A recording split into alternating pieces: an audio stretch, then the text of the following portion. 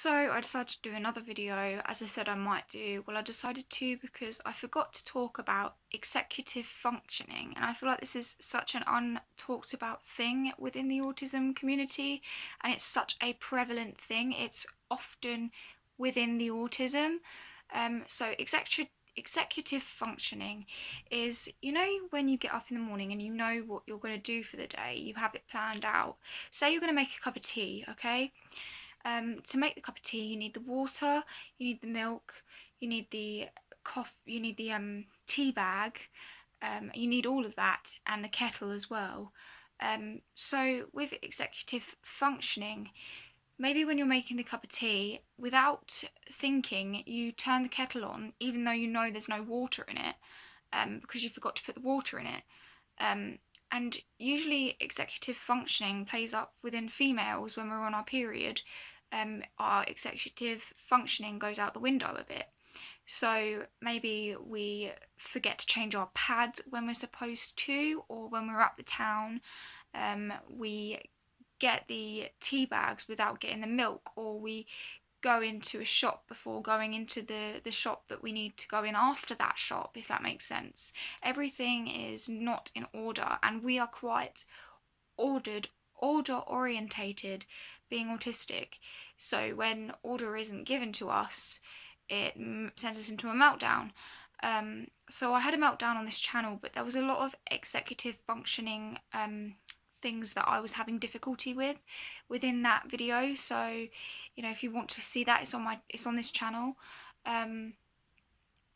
It's a lot of I can't think. Why can't I think?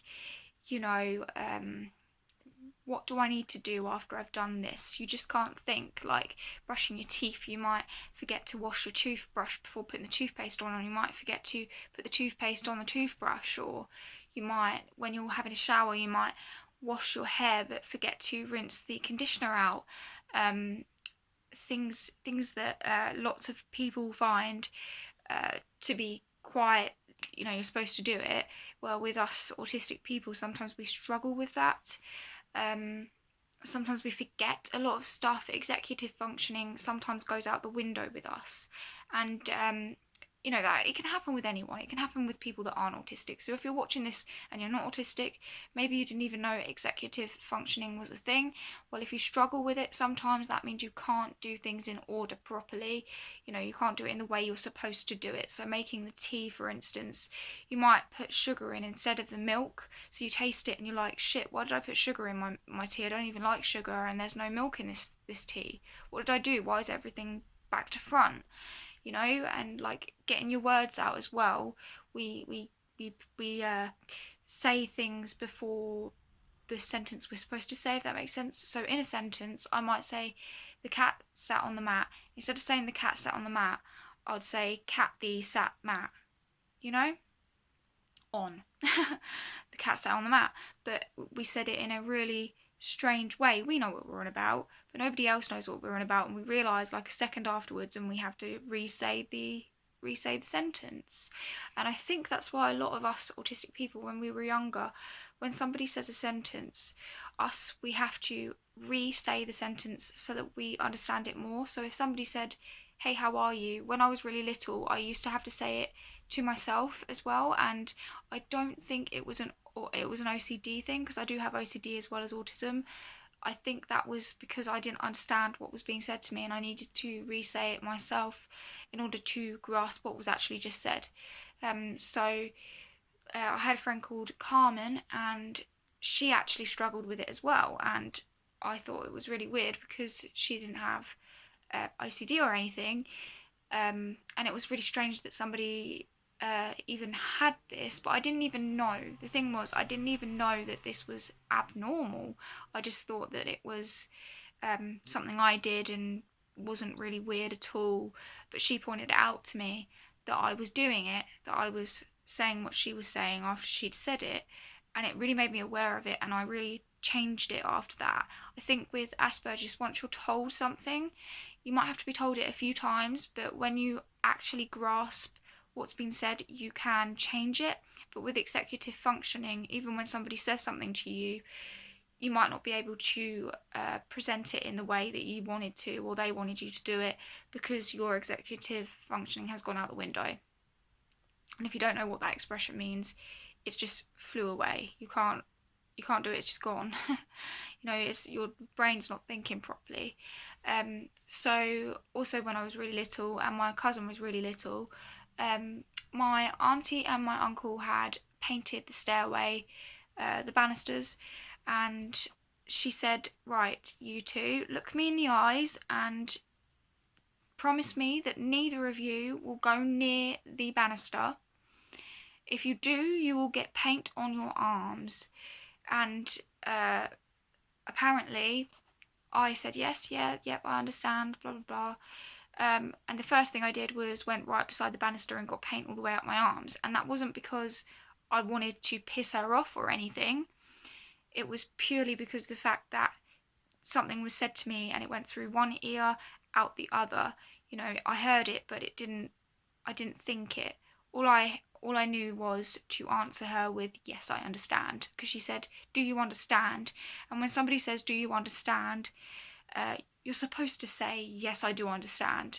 But really you're supposed to say that if you actually do understand. And obviously I didn't understand. I think I just wanted peace of mind, and I didn't want to have to re-ask what she'd just said. Maybe I just wasn't thinking, or maybe I thought to myself, yes, I will stay away from the banister, but it just slipped out of my head, and I started walking up the stairs right beside the banister and got paint all the way up my arms, and she just said, knew it was going to happen. It was all up my school clothes because I was in school as well. So I got paint all over my blazer and I couldn't wear it. I think she had to get rid of it, to be honest, because it was like actual paint. So just things like that, like she's told, like executive functioning as well, like when you go to put something in the bin, I had this happen when I lived with my auntie as well. I had a fork in my hand and she was talking to me, and because I was so concentrated on one thing, I lost sight of everything else, which is what happens with autism sometimes.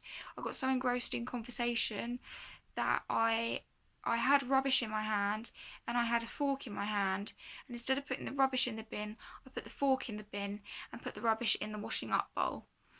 And then I walked away like nothing had happened, and she said, did you mean to do that? Like, did you actually mean to put the fork in the bin? And I was like, what? And she said, you just put the fork in the bin. And she was laughing, and I was like, oh, sorry, I didn't mean to do that. I said, do you want me to take it out and put it in the washing up bowl? But if I was younger, I wouldn't have even thought to offer to put it up in the washing up bowl afterwards. I would have just been like, oh, sorry about that, and left it.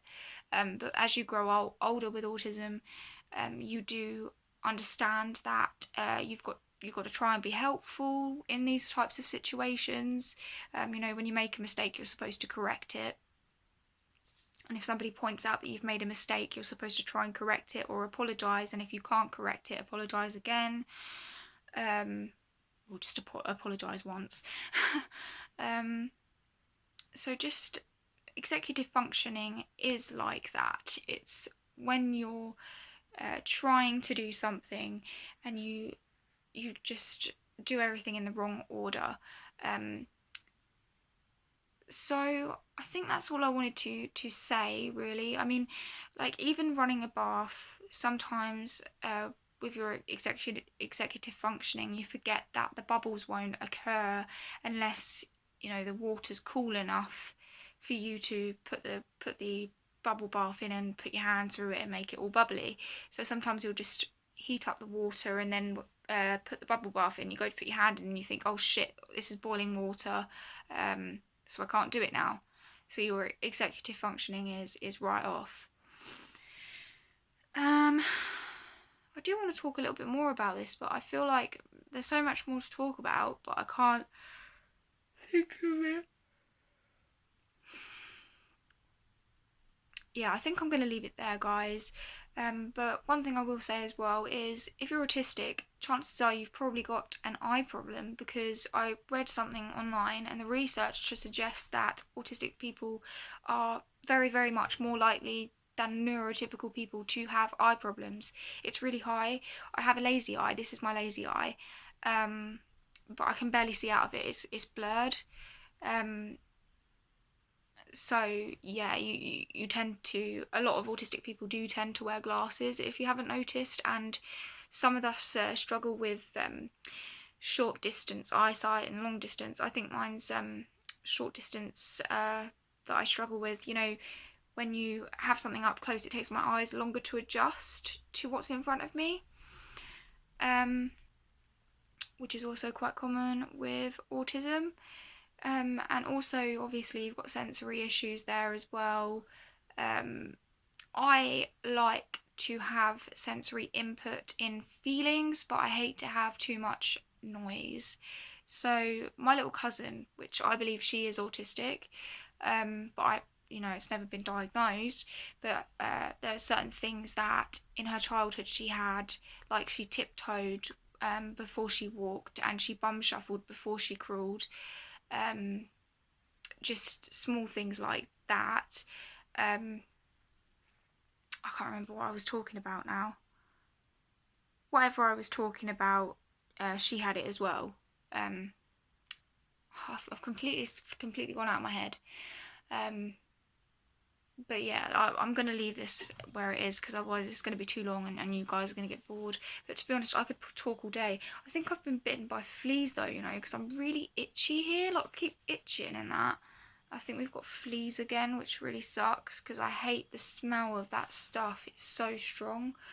Yeah, that's what I was going to talk about. Basically, my cousin likes loud noises. She really encourages loud noises. You can either be hypersensitive or hypo or something.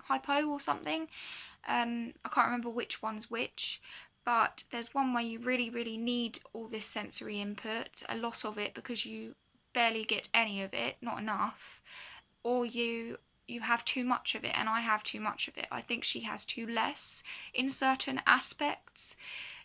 Stuff like washing her hair. When me and my auntie used to wash her hair when she was a baby, she would scream.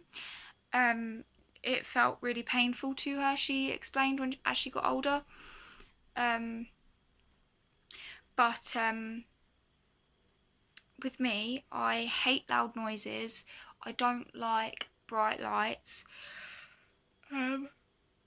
But things like this, I need to do things with my hands all the time. I like the burning sensation. I like scratches and just tickles, and certain things I can have a lot of, but certain things I can't have barely any of it. Like loud noises, for instance, I have to be in the right frame of mind to cope with them. I have to be drunk or something. Like, I don't mind going to a party if I'm drunk, because drinking slows your brain down. That's the whole point of drinking. Everything goes slower, basically. That's what it does to your brain. So the sensory input is much less when I'm drunk. So I can manage to go clubbing because everything's much slower and everything's getting processed slower in my head. Whereas when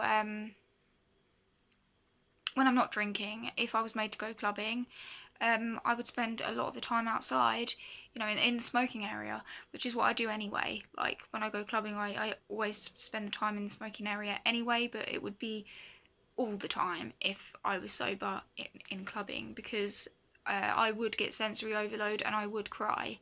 I don't think I've ever been... Well, I have been to loud places when I've been sober, but I haven't enjoyed it. Like, recently I went to a fun fair and it was so loud I wanted to cry. And I didn't go on any of the rides because it started to make me feel sick and my heart was racing and stuff. So there's many struggles that we struggle with a lot. Like, certain feelings, like, I don't know what this is, right? But I think it's this clothing. It's been making me scratch so bad, and it really hurts. I thought I got stung or something. It's been quite painful to wear this t-shirt, and I'm usually quite alright with clothing, but this particular... When I was little, I used to hate the tags on clothes, but now I can bear it. I don't really notice it unless I'm thinking about it. shoes I struggle with. I have to have the right feeling in the shoes. I used to hate feeling I still hate feeling the laces go up and down, so I always make sure I tuck my laces in the shoes, and I also think it looks nicer when I do that. So there are a lot of sensory issues and stuff when you're autistic as well. So if you want to know more stuff about autism, then just look through my other videos, because I explain a lot in all of my other videos as well. But this is about executive functioning and sensory overload and stuff like that. That's what this video has been about. I hope you enjoyed it. If you want me to do more of this, then please let me know. Please encourage me, because this channel's got like 9 subscribers. I thank every single one of you, because I don't edit these videos. These are just raw and real. I look crap in them and stuff, but you know, I have another channel. If you want to know what that is, then let me know in the comments below, and I will tell you guys now, because I feel braver. I can brave the other people ridiculing me on how ugly I look on this channel. Hopefully they don't. I'm pretty sure all of my subscribers on the other channel are really lovely people anyway, but just in case, I've been edgy about, you know, giving this channel out to them. But I'm more than happy to do it now. I'm more than happy to let you guys know who they are, like the other channel of mine, and I'm more than happy to let my other channel know this channel, even though that channel is well edited and this one is not edited at all. So yeah, I'll see you next time, guys. Bye.